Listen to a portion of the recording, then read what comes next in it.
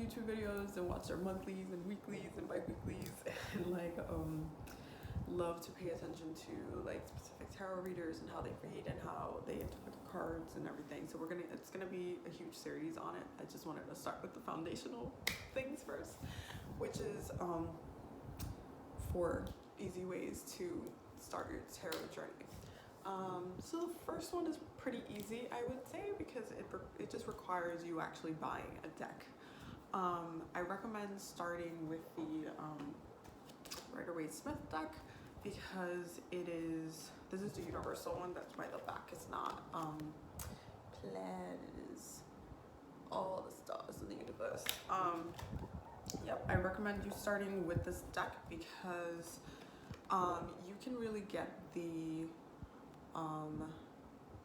symbolism. Studying the Rider-Waite-Smith, it's really foundational for how to read the other cards, because there's so much symbolism in the cards. Like, even if like, oh, you're like, well, he's just standing in the desert. There's like a big, symbol. There's a whole thing about this card, and it's just really important to get this deck specifically because mastering this deck is like mastering all the decks in a way. A lot of different tarot decks take their foundational card meanings from the Rider-Waite-Smith deck. So definitely would recommend this deck for a starter. I do also recommend the size for your hand because it's a lot, depending on how big your hand is. I have the giant one as well, but it's a little bit hard to shuffle, but we make it work out here.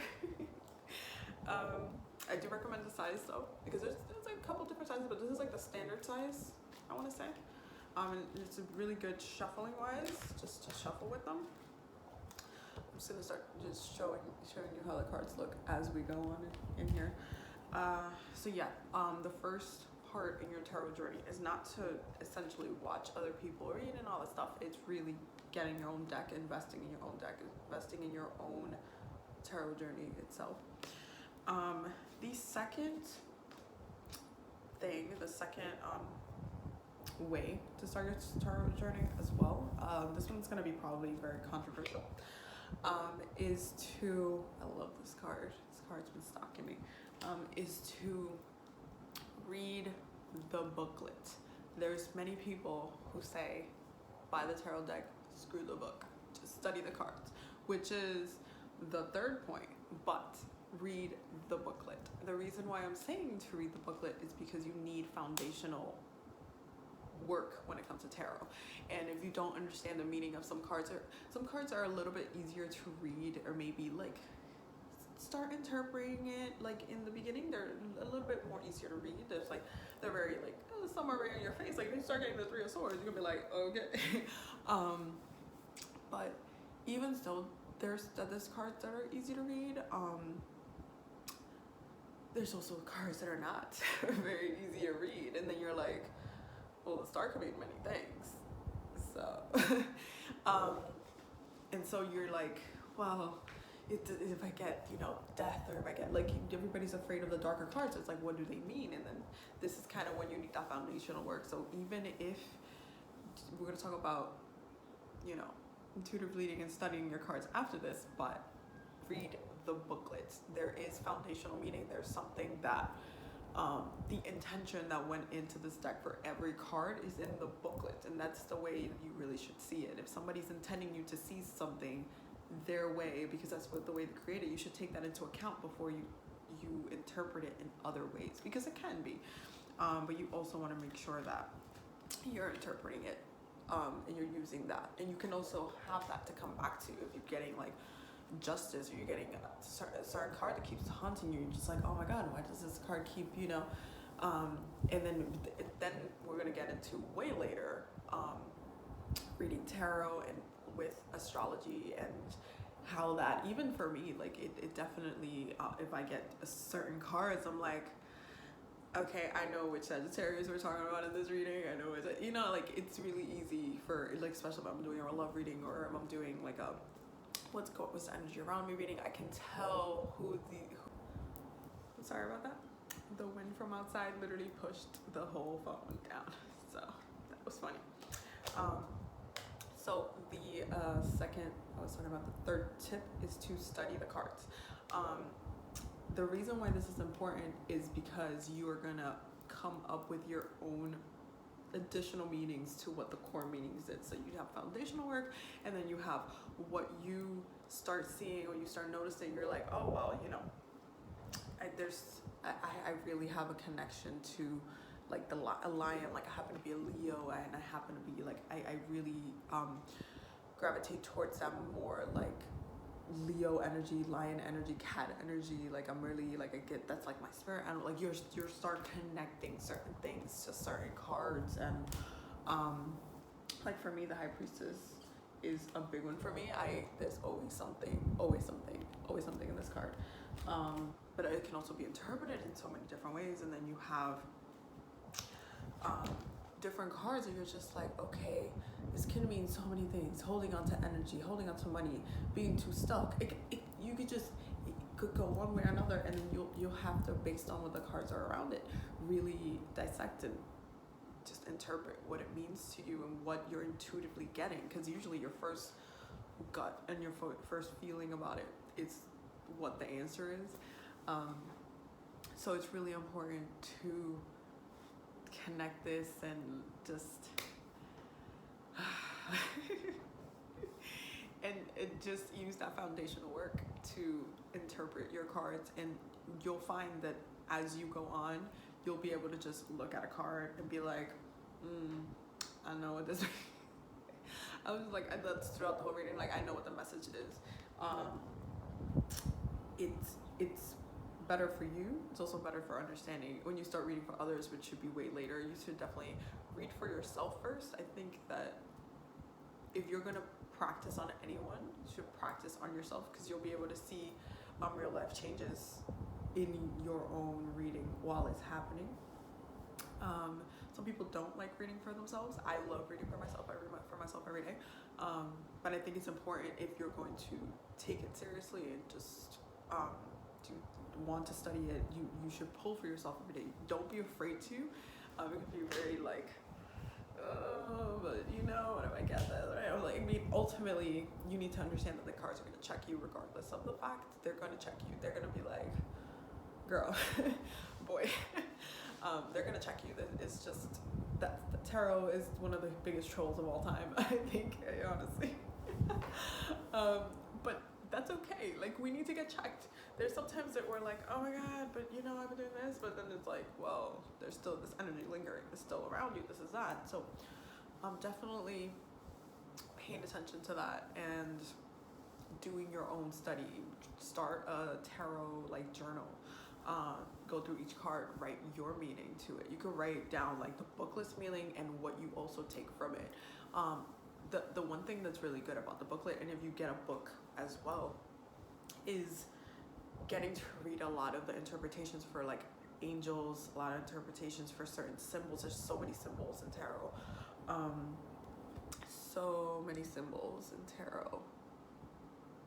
See that pyramid right there? So many symbols. There's a crown in the background. It's so many symbols, so many angels, so many things that can also be taken note, especially if you end up starting to work with angels and like deities and different things. You're gonna get that connection if you're doing a lot of Egyptian work. Tarot is also amazing for it. There's so much Egyptian symbolism in tarot. So it's just amazing. The third one, so we said buy a deck. We said read the book or the booklet. Then we said study the cards. Oh, the last one is read for yourself every day. Start a whole tarot journey. It's part of your tarot journey is to shuffle, then shuffle. There's very basic spreads that you can do. I usually do, this was posted on, remember, I always find like a different spread to use. I used to do the Gypsy spread a lot, but that's a more advanced spread, but you know I like challenges, so I was just like, oh, let's go I'll do what I want. It's definitely a little bit harder to read because you're gonna start seeing more energetic storylines. It's like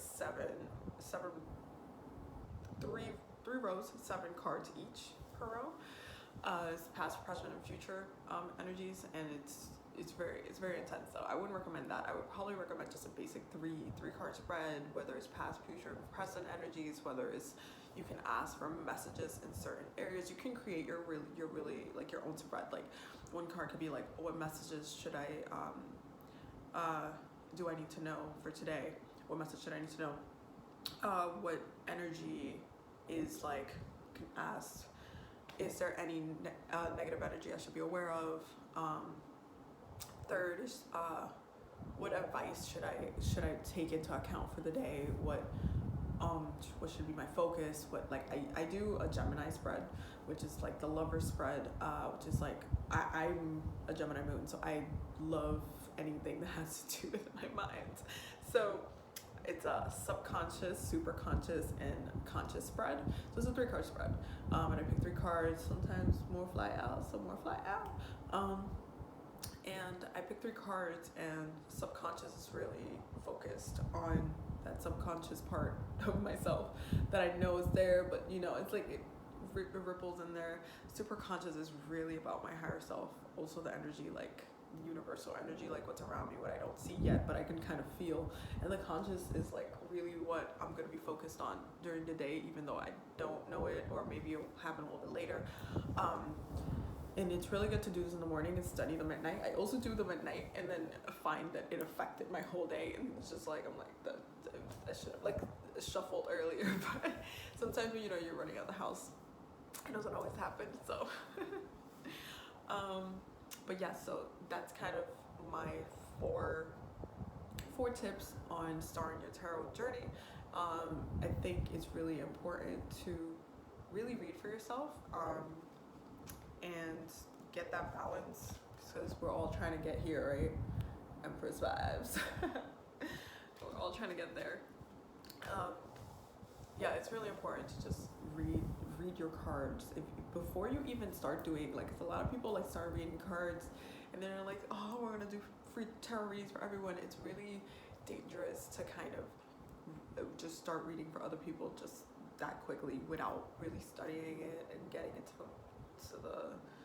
the root of it and intuitively connecting to the cards, because that's gonna be another one. There's gonna be cards that you feel so connected to that when you get them you're like, oh, you know.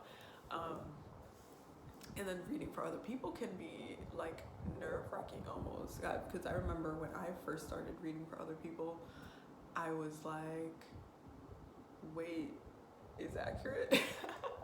It was so funny. I was just like, oh my god. So everything I said resonated with you. And they were like, oh my god, girl, you don't even know. And I'm like, okay. It was crazy because when you're reading for yourself, you're like, I know what that means. I know what that means. I know what I know. But then when you're reading for others, it's really like an experience. So, but it's important to take into account the what you're telling people as well, because you can say one thing and it can completely change the directory. Like it can stick with people. A lot of people don't understand that things that they say and certain words and certain moments, like they stick with people and they'll remember that moment for like forever. So so it's really important to practice. Tarot is a practice. That's what it is. You're practicing. You're muscling your intuition. You're like, because there's gonna be a point where you're intuitively getting messages that you're just not even like before the cards come out or after or even during. You're like, okay, well together, you know, like I just get this really this is what I get. So yeah, it's a practice. I really hope you guys enjoyed this video. I'm gonna post this a little bit late. I already can tell because I have to edit it now. But yes, I hope you guys really enjoyed this video. You guys can follow me on Instagram and my website, and my links are gonna be all the way down at the comments thing area, description area.